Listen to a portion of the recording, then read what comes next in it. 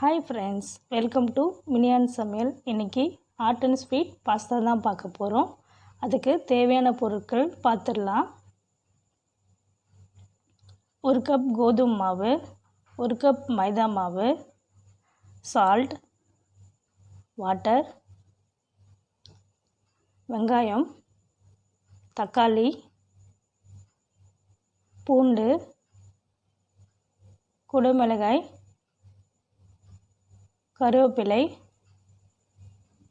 எண்ணெய், சிவப்பு மிளகாய்த்தூள், சோயா சாஸ், டொமேட்டோ சாஸ், வேக வச்ச முட்டை 1, ஒரு அகலமான பாத்திரத்தில் 1 கப் கோதுமை மாவு, 1 கப் மைதா மாவு, சால்ட் கொஞ்சம் போட்டுக்கோங்க. இது மூணுத்தையும் நல்லா மிக்ஸ் பண்ணிக்கோங்க.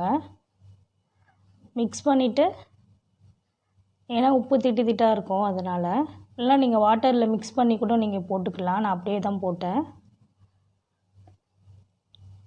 நல்லா மிக்ஸ் பண்ணிக்கோங்க. நல்லா உப்பை மிக்ஸ் பண்ணிவிட்டு தண்ணி தெளிச்சுக்கோங்க. கொஞ்சம் கொஞ்சமாக தெளித்து பிசைஞ்சிக்கோங்க. நிறைய ஊற்றிடக்கூடாது. இப்போது கொஞ்சம் ஆயில் ஊற்றுறேன். நான் ஆயில் ஊற்றி நல்லா பிசைஞ்சிக்கோங்க.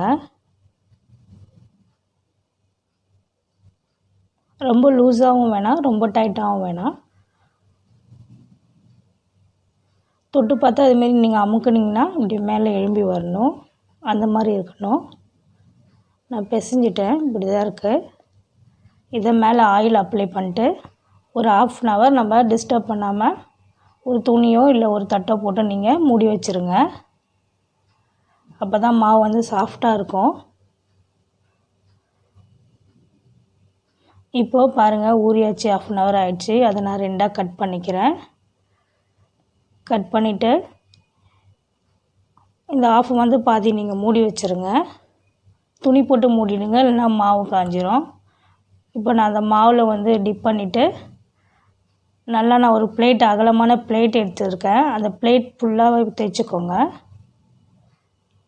அந்த பிளேட் சைஸ் தேய்ச்சா போதும். நல்லா கட்டமாக தைச்சிக்கோங்க. கட்டமாகவும் ரவுண்டாகவும் உங்களுக்கு ஏற்ற மாதிரி தைச்சிக்கோங்க. அதை நான் ஸ்ட்ரைட்டாக ஒரு லைன் போட்டுக்கிறேன். இதுமாரி ஃபுல்லாக போடணும். போட்டுட்டு அப்புறம் சைடில் ஒரு லைன் போட்டுக்கோங்க. அதுமாரி போட்டிங்கன்னா உங்களுக்கு குட்டி குட்டியாக பாக்ஸ் மாரி கிடச்சிரும். இதுமாரி குட்டி குட்டியாக பாக்ஸ் மாரி கிடச்சிரும். அது எப்படி பண்ணலான்னு பார்க்கலாம் வாங்க. அந்த கார்னரில் மட்டும் சின்னதாக வந்து சுருட்டிக்கோங்க. அதை சுருட்டிட்டு அப்படியே நீங்கள் நீட்டாக சுருட்டினாவே அந்த கார்னரில் மட்டும் மடக்கி விடணும். இதேமாரி தான் எல்லாமே பண்ணணும்.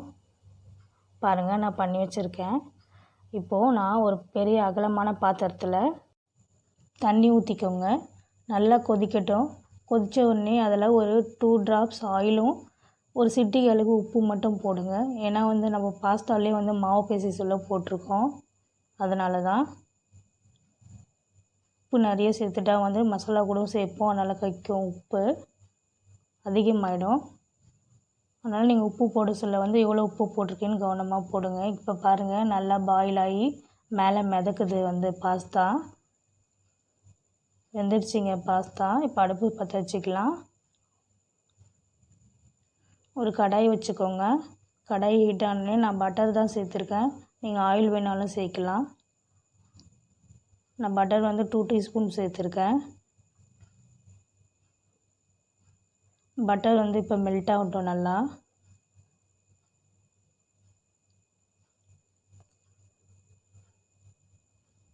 இப்போ கார்லிக் சேர்த்துப்போம். நான் கார்லிக்கை வந்து குட்டி குட்டியாக கட் பண்ணியிருக்கேன். ரொம்ப கருக விட்டுறாதீங்க. உங்களுக்கே தெரியும் அந்த ஃப்ளேவர் வந்து அந்த பட்டரில் வந்து கார்லிக் ஃப்ரை பண்ண சொல்ல நல்லாயிருக்கும். இப்போ கறி லீஃப் சேர்த்துருக்கேன் நான். இப்போ ஆனியன் போட்டுக்கலாம்.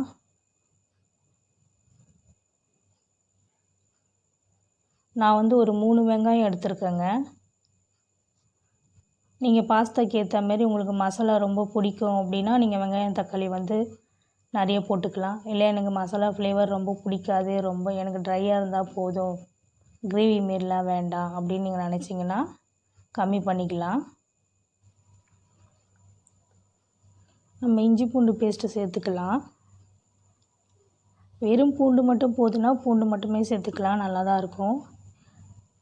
எனக்கு ஜிஞ்சர் கார்லிக் பேஸ்ட்டு போட்டால் ரொம்ப பிடிக்கும், அதனால் வந்து 2ம் போட்டிருக்கேன் நான். நல்லா வதக்கிக்கோங்க அந்த பச்சை வாசனை போகிற வரைக்கும். இப்போ தக்காளி சேர்த்துக்கலாம். தக்காளி சேர்த்துட்டு நல்லா வந்து வதக்கிடணும் தக்காளி. நீங்கள் வதக்கிட்டு மூடி போட்டு வதக்குனிங்கன்னா சீக்கிரமாக வதங்கிடும். வதக்க சொல்ல இதுமாரி தட்டி தட்டி வதக்க வச்சிங்கன்னா நல்லா வதங்கிடும். பாருங்கள் சீக்கிரமாகவே வதங்கிருச்சு. அடுத்தது நான் குடமிளகா சேர்க்குறேன். நான் வந்து 2 குடமிளகா சேர்த்துருக்கேன். நான் குட்டி குடமிளகா தாங்க எடுத்திருக்கேன், பெருசு இல்லை, சின்ன குடமிளகா தான் எடுத்திருக்கேன்.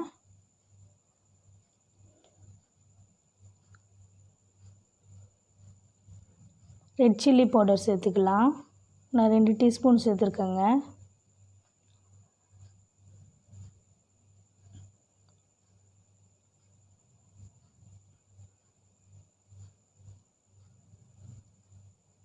அடுத்தது டொமேட்டோ சாஸ் சேர்க்குறேன். உங்களுக்கு அந்த சாஸ் ஃப்ளேவர் ரொம்ப பிடிக்கும்னா நீங்கள் நிறைய சேர்த்துக்கலாம். அடுத்தது சோயா சாஸ்.